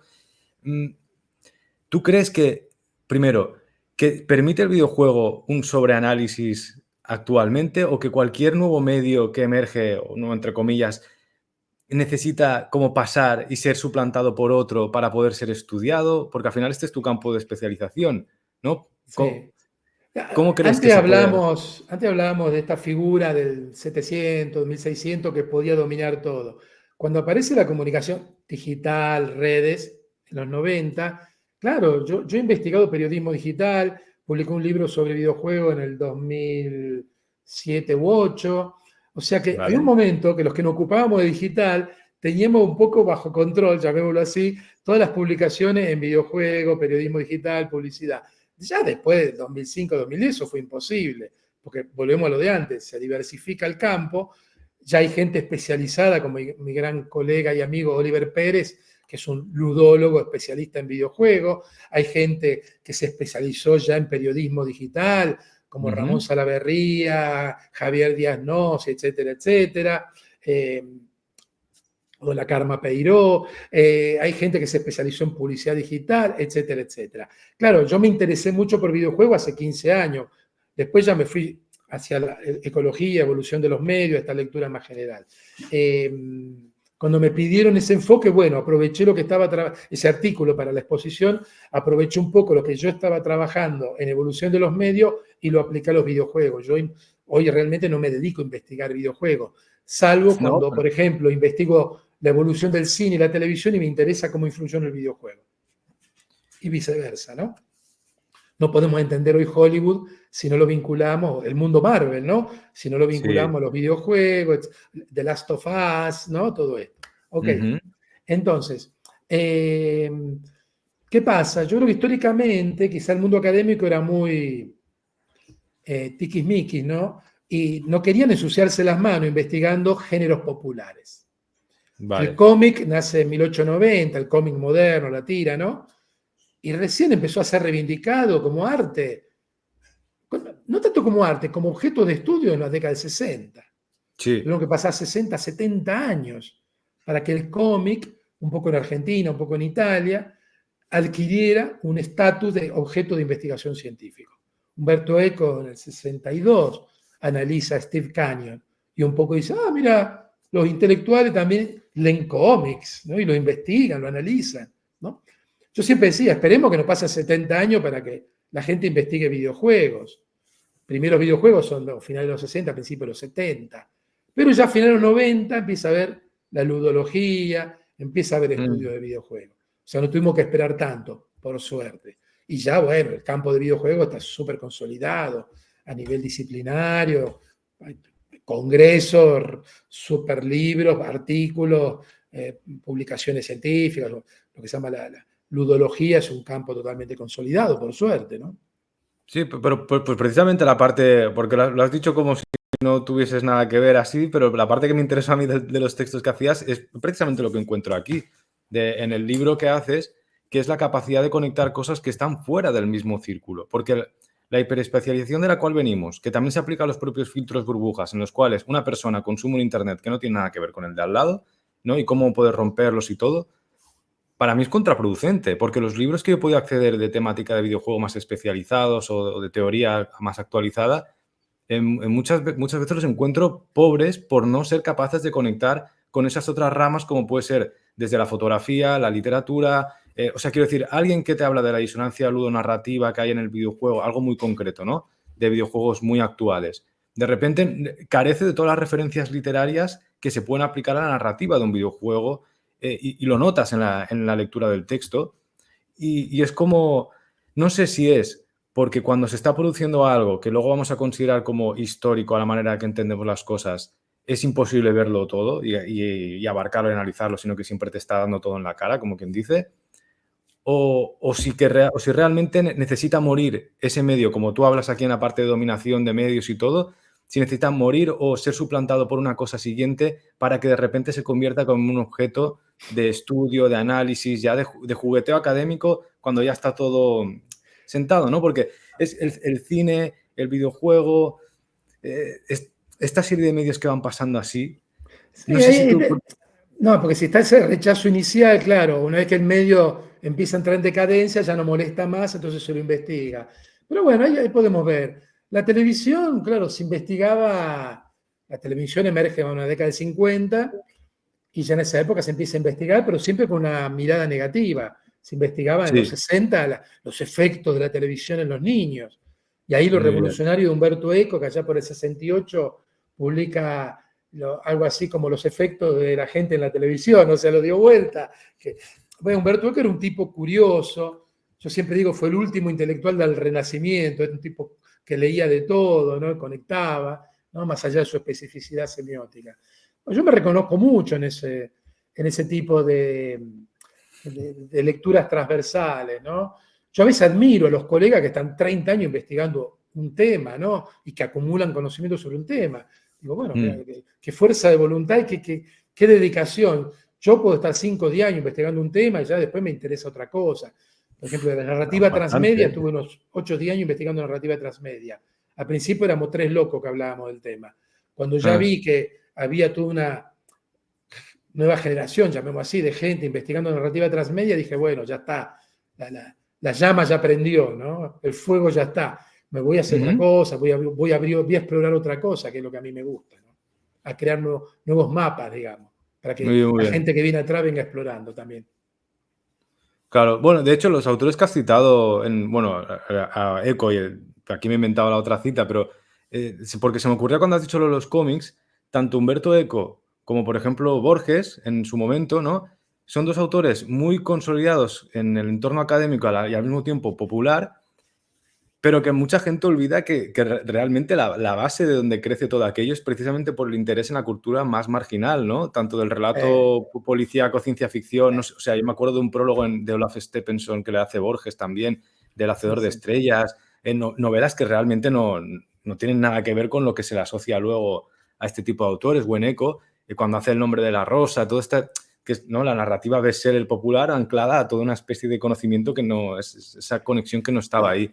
Humberto Eco es muy interesante porque, bueno, su tesis era sobre el problema de la estética en Santo Tomás de Aquino, una tesis defendida en la Universidad de Turín, de Torino, en Italia, en la década del 50. Y él a finales de los 50, al principio de los 60, él, digamos, como joven intelectual, estaba en la RAI, experimentando en la televisión pública, junto con, por ejemplo, Gianni Vattimo, el famoso Mm, filósofo. Él también era de la misma generación que Eco, los dos estaban en Torino, en Turín, y ahí estaban ahí coqueteando con la televisión, que era el nuevo medio.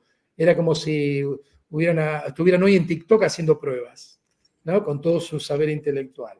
En ese sentido, Eco siempre fue un pionero, nunca le tuvo miedo a la tecnología.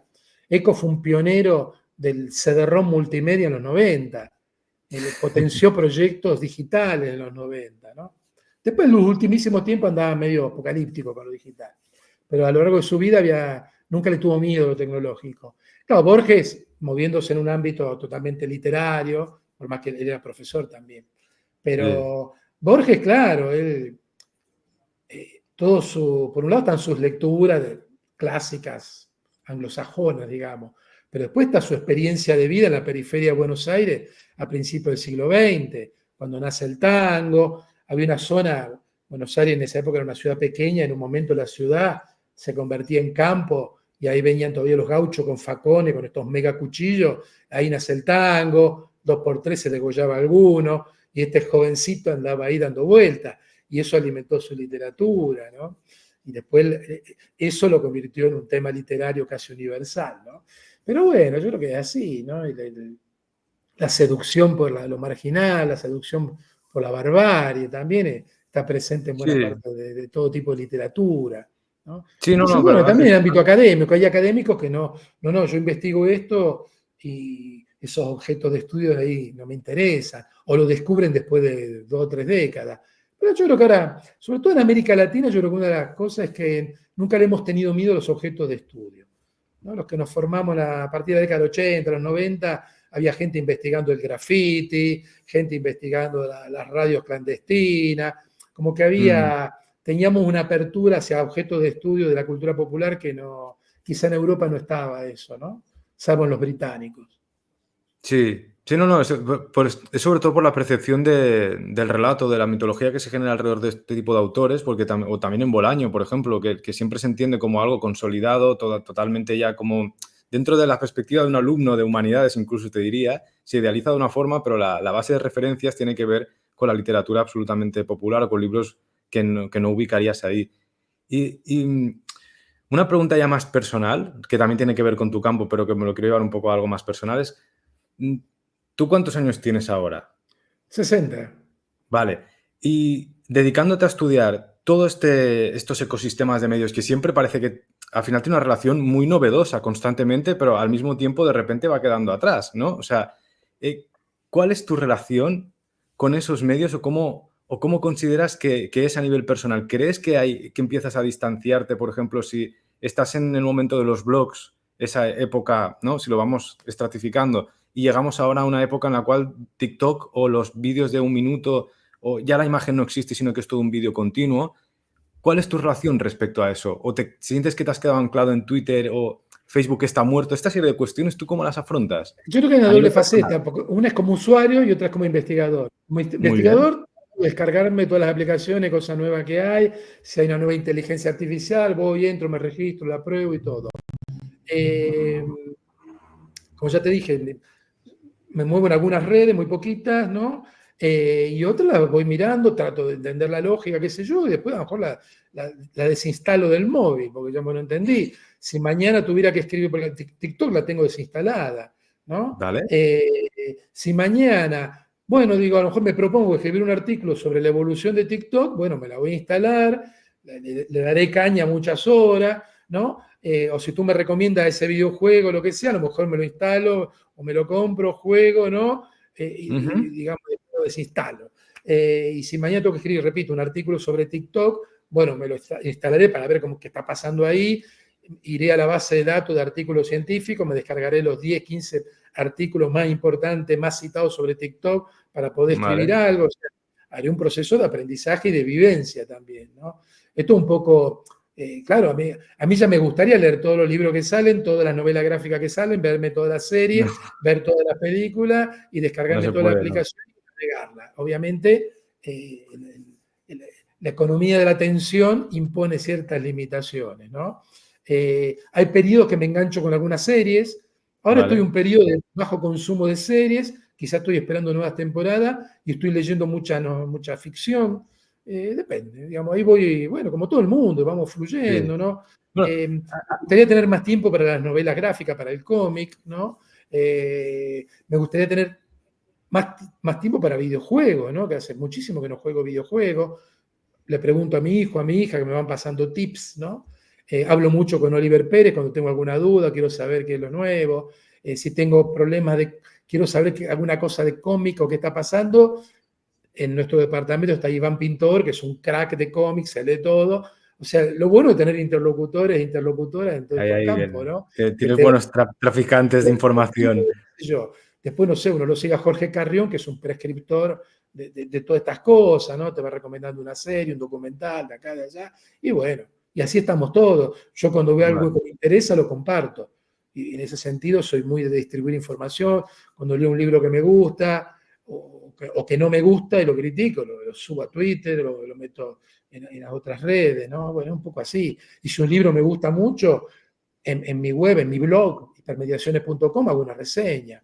Por más que no sea un libro estrictamente de comunicación, siempre trato de buscar la vuelta de tuerca, ¿no? Ujú. Por ejemplo, lo último que publiqué en hipermediaciones.com es una reseña del libro de Agustín Fernández Mayo, que es un libro sobre el duelo después de la muerte de su padre, pero él lo cuenta con muchos objetos mediáticos. Entonces, eso me dio pie para poder hacer una reseña del libro desde la comunicación. Sí, sí, de Mayo siempre he dicho que el libro que estaba muy bien, pero bueno, ya está desactualizado, era el de Teoría General de la Basura. Sí, pero yo Bueno, creo que ese es uno de los pensadores más brillantes que tenemos, sí, yo porque encuentro, bueno, esto ya es una opinión personal, pero en cuanto a narrativa, la comunicación la encuentro de psicopática total, pero el libro de Teoría General de la Basura me gustó mucho y otro que editó con Wunderkramen también, sobre un poco la escalada que le gusta sí, a él. sí, sí, bueno, tiene Eh, mucho, bueno, anagrama, galaxia Gutenberg, bueno. sí, y mm, Hostia, ¿qué te iba a decir? Ahora he dicho lo de Mayo y se me ha ido un momento. Sí, nos podrías recomendar, ahora que has empezado a citar, porque por ejemplo en la novela gráfica, aquí en el canal tengo un apartado que hemos hablado de Enki Bilal, de Moebius, de Alan Moore, etcétera. ¿Tienes alguna recomendación personal que te guste, no actual, sino que digas que le tengas cariño, que pueda llegar por Bueno, ahí? por ejemplo, la última novela gráfica, que en esa época no era novela gráfica, que me compré, es Parque Chas. Parque Chas de Eduardo Rizzo, ¿Vale? dibujante argentino que lo conocí a finales de los 80, cuando él le estaba dando el salto a Europa y Estados Unidos. Después ha hecho 100 balas, ¿no? Con Azzarello, ha hecho varios cómics de Alien, ha hecho Batman, uno de los Batman Black and White, ¿no? Pero también otros coloreados. Eduardo Rizzo es una figura mundial, ¿no? Ha ganado todos los Ujú. premios, bueno. Él a finales de los 80 publica en Argentina, en Revista Fierro, un cómic Sí, con, bueno, mítica. en esa época el famoso guionista Barreiro, que después falleció muy joven, en la década del 90, que es un cómic, era mensual, ¿no? Que quizás es uno de los únicos cómics donde Eduardo Rizzo no trabaja el blanco y negro contrastado, sino que trabaja con grises y lápiz, y todo un cartón corrugado. Y es una Qué historia guay. muy argentina, una ciencia ficción, con mucha intertextualidad. Lo encontré el otro día reeditado en libro, novela gráfica ahora, en Sí, España, y me lo compré. qué Parque bonito. Chas. Es un Muy clásico bien, muy del bien. cómic argentino, Qué con guay, muchos gracias. Bien, bien, bien. homenajes al Eternauta, a Stephen King, y mucha intertextualidad, digamos. Muy bien, muy bien. No, no, Parque vale. Chas. Y si estos son los pequeños regalos que la gente que le gustan ciertos temas, yo lo valoro muchísimo y la gente que lo esté viendo aquí también lo va a valorar un montón, porque yo lo aprecio en los vídeos siempre hay gente que te recomienda cosas y ahí te ahorras un montón de tiempo de investigaciones, de encontrar cosas. Y en la misma línea de Perdón, lo que... ¿pagan comisión por cada venta? No, hombre, pero si a día de hoy también funciona así, si toda la información se pierde en absoluto, este vídeo saldrá, lo verá la cantidad de gente que lo vea y una vez pasa a arqueología digital otra vez. Que yo este conflicto lo tengo con los vídeos, porque trato de generar como una especie de Hay que intercomunicación entre todos los monetizar, hay que temas que se monetizar. tocan. Compra el cómic y pones el enlace ahí. De momento no quiero contaminarlo así. ¿Y de literatura o de libros que estés leyendo ahora, que has dicho que estabas un poco más en... Bueno, el libro de Agustín Fernández Mayo, ¿Mm? Madre de Corazón Atómico, me encantó. En hipermediaciones.com está esta reseña. Es un libro Vale. sobre la mediatización del duelo, digo yo, de cómo procesar la muerte de un padre, puede ser de la ¿Mm? madre, un familiar, un amigo cercano. Y a mí me gustó mucho. El padre ya falleció hace unos cuantos años, como que necesitó un tiempo para poder contarlo. Y es un ¿Mm? autor que a mí me gusta mucho porque él se mueve de la poesía, la no ficción, la ficción y mezcla todo. Y yo creo que es una persona que viene del ámbito de la física, de la biología y es Se, capaz de se hablar no- de... se nota al escribir esa Sí, parte es capaz de hablar de científica. un tema cultural y salir con el principio de Heisenberg, ¿no? Bueno, este librito que acabo de leer, librito por lo pequeño, ¿no? Muy potente, ¿Mm? de editorial Las Afueras, de Daniel Muzio, El Ojo de Goliat. Es una historia de terror ambientada en un faro en el sur de Argentina, a principios del siglo XX está ambientado, y tiene mucho de Stevenson, de Julio Verne, de Poe, de Horacio Quiroga, o sea, es un Oye, libro casi clásico. antiguo, es un libro victoriano Sí, escrito ¿no? hace 5 o 6 años, ¿no? Y publicado ahora. Vale, O sea, a mí me gusta eso, me gusta mucho el siglo XIX, el relato de aventura. Tiene vale. alguna conexión, me recordaba un poco La piel fría, La piel freda de Sánchez Piñol, que también Sí, está ambientado en un faro en el sur y ahí pasan cosas raras, bueno, acá también. Pero este es más introspectivo, más sí. psicoanalítico, si se quiere. Y está El muy faro tiene bien. ese simbolismo ahí El ojo de literario. Goliat. Sí. Bueno, Después estoy y leyendo una así más. novela clásica, no tan clásica, ahora se está convirtiendo en clásica, de Sara Gallardo. Es una escritora Ah, que falleció hace los muchos galgos, años. ¿no? Los Galgos, sí, sí, que es brutal. Es un relato, originalmente es una novela grande, larga, ¿no? Mm, Extensa, de 1968, reeditada ahora por por malas tierras. Malas Tierras, exactamente, que está reeditando toda la obra de Sara Gallardo, Ujú. y me gusta, una pareja que se instala a vivir en los campos argentinos y está muy bien escrita, muy bien escrita.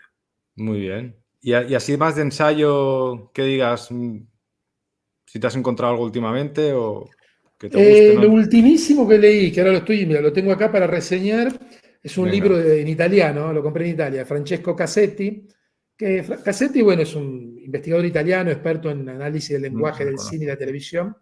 ¿Vale? Cassetti tiene varias cosas publicadas en castellano en los 90, análisis de la televisión, un famoso libro de Cassetti y Di Chio, y análisis del cine. Son dos libros clásicos de los estudios de comunicación en España. Bueno, Francesco Cassetti después se fue a Estados Unidos, es profesor emérito, creo, en la Universidad de Yale. Y acá es interesante porque analiza las pantallas, viejas y nuevas, y él decía, siempre hablamos, como decía McLuhan, los medios como proyección, como extensión del Sí, sí, humano. sí. Pero él dice, le agrega, es proyección, pero también protección. Ah, Como mira. que las pantallas crean una realidad que también te sirve para protegerte, aislarte, si se quiere, de de la mala realidad allá afuera. O sea, como que Muy deja bien. pasar ciertas cosas y otras no. Una especie de filtro. Entonces, juega con esto, ¿no? Los medios entre proyección y protección, dice el libro de Cassetti. Y estoy a punto de escribir una reseña de este volumen. Interesante esa vuelta así de calcetín al tema de McLuhan Te con das cuenta respecto de a lo la que yo en un par de semanas puedo leer. Estoy leyendo una novela gráfica, al mismo tiempo estoy leyendo Los Galgos, estoy Sí, sí. leyendo El Ojo de Goliat y estoy leyendo a Cassetti. Y Yo al mismo hago tiempo lo estoy mismo. leyendo artículos científicos sobre un tema determinado para escribir algo. Esa es un poco mi dieta textual. Es que y es el punto de afinidad que yo encuentro cuando leo tus textos, porque yo lo concibo exactamente igual y no solo creo que yo, sino que muchas partes de las generaciones más nuevas que ya están, ¿no? Porque cada vez vas acumulando más cultura, pero sigues estando un poco fresco alrededor de los 30, ¿no? Eh, mm, Creo que eso es fundamental, es una clave de ahora mismo, el consumo de la cultura no como, no, sino muy en paralelo todo y con temas que son muy, muy distintos, muy diversos, porque eso es lo que ofrece también como algo positivo parte de los medios actuales. Y Sí, yo bueno, pues a mis estudiantes de publicidad y relaciones públicas, hablo de la carrera, del grado, donde yo doy clase, después doy clase también en máster, pero sobre todo a la gente del grado, de la carrera, que son casi todas chicas, ¿no? Porque la publicidad y relaciones públicas se ha convertido en una carrera totalmente femenina, es la contracara de las ingenierías, ¿no? Eh, ese sería otro Les tema digo, de... tienen que ser esponja, una persona que trabaja en el mundo de la publicidad tiene que saber qué está pasando en el cómic, en el videoclip, Mm, qué está pasando en mm. el mundo de TikTok, qué está pasando en la literatura, en el mundo de la ilustración, de la fotografía. Si uno quiere pensar campañas, quiere diseñar, más allá que uno sea creativo o se ocupe de otras cosas, hay que ser esponja, ¿no? Sí, sí, Si sí, uno sí. quiere inspirarse, diferenciarse de lo que es trending, ¿no? Y marcar la diferencia. Hay que ser grandes esponjas consumidoras de comunicación en general. Sí, no, hay una parte activa cada vez que tiene que ser más activa y no tan pasiva con respecto al, bueno, que esto ya estaba en Deleuze cuando analiza Bacon, todo este, que es que el espectador tiene que estar cada vez más inmiscuido dentro de la obra, o yo lo entiendo también como dentro del propio medio, si quiere participar de ello de una forma más original. Y bueno, mira, es que faltan 10 minutos para las 11, que sé que te tienes que ir, así que vamos a ir cerrando por aquí. Y a mí me ha interesado muchísimo, yo estaría aquí 3 horas más y de hecho te propongo si a la siguiente que saques este libro que nos has comentado sobre los objetos y analizando un poco la evolución de los medios, podemos hacer otra quedada y quizás si la gente lo queréis comentar lo podemos hacer incluso en directo, acordaríamos una hora un poco más porque hay mucha gente de otras partes del mundo que hasta ahora no estarían conectadas y hacer un directo que también te puedan preguntar cosas así en directo y Totalmente, todo. cuando quieras. El libro ese va a Y- salir finales de 2025, más o menos, quizá inicio de ah, 2026. no. Pues Recién estoy hacemos otra cosa empezando. antes, si no, De los igual 25 estamos muertos fósiles, todos. de los 25 fósiles ya voy por el quinto. Hostia, vale, vale, no, pues te queda aún, madre mía. Pero Vale, pues sí, bueno, si no cuando cuadraremos quieras, otra para de lo que sea. O comentamos cuando libros estés de más otra gente, si relajado. quieres, cuando quieras. Ya para cerrar, has comentado, yo no sabía que lo tenías, ¿vale? Pero acabas de comentar ahora, hablando de los libros, que tienes como un blog donde reseñas libros, ¿no? O No, una no, web. bueno, hipermediaciones.com nació Ok. como un blog de un libro del 2008. En esa época sacábamos un libro y había que hacer un blog, una web. Y claro, se Ujú. convirtió en mi blog, mi web de referencia. Yo por lo menos 1 o 2 veces por mes escribo. Pueden ser Vale, reseñas de libros, me metí en debate, bueno, hay 2 o 3 artículos sobre inteligencia artificial. Me gustaría ¿Vale? escribir toda la semana, pero no doy Ya. abasto. Pero Bueno, bueno, cuando pasa algo, escribo. No sé, cuando Ibai hizo la transmisión, el vivo del debut de Messi en el PSG, hice un artículo criticando eso, que no o sea, me defraudó, digamos la verdad. Bueno, cosas que van pasando en el mundo de la comunicación, que me llaman la atención, y a veces cada tanto hago una reseña de libro también. muy bien. Entonces, ¿crees que es el lugar donde la gente te puede encontrar o prefieres que vayan a Twitter, que te gusta? Yo es que Ahí y Twitter Twitter son mis 2 referencias, yo creo, donde más van a encontrar cosas mías. Vale, entonces si alguien te quiere seguir más un poco en paralelo al contenido de los libros o todo, tú recomiendas Twitter y permediaciones.com.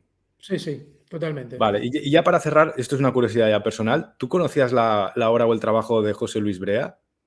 Sí, ¿Te su- tengo por acá sus libros, porque él, claro, él había publicado en Gediza, que yo también publiqué en Gediza, mis primeros libros, y sí, sí, yo lo tenía en el mapa ya hace, te digo 2002, cuando yo me mudé de Italia a España, yo creo que ya 2002, 2003, éramos pocos los que escribíamos de digital, y cuando Sí, uno sí, por buscaba eso, por temas de eso. arte y digital, aparecía el nombre de Brea.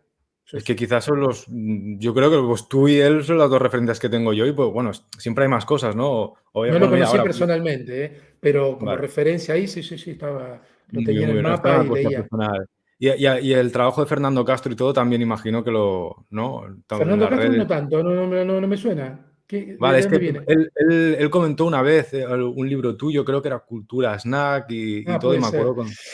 Así no me acuerdo del nombre, capaz estoy metiendo la pata con alguien que conozco, pero no me acuerdo. Ya, ya, bueno, bueno, no, era una curiosidad personal porque os encuentro un poco como de autores un poco también, no tanto de mi generación. Bueno, José Luis Vera, pues por desgracia falleció para mí antes de tiempo porque era, para mí, vosotros dos ibais en paralelo en ese tema y cuando se ha descubierto y todo siempre ha sido una revelación. Sobre todo por la cercanía del lenguaje, de que escriba alguien en tu propio idioma, porque cuando he leído libros en inglés que también de estos temas son difíciles, a veces hay un poco de sentimiento de cercanía, de esa calidez, se Sí, pierde sí, un sí. poco en No, pero ahora están ocasiones, ¿no? saliendo cosas muy buenas de arte Sí, no, digital. ahora eh, sí, ahora sí, ahora sí. Pero yo sí, sí, cuando os he sí. cruzado, los que no había nada prácticamente, o era muy difícil de llegar a ello, porque eso también, cuando hemos hablado, ¿no?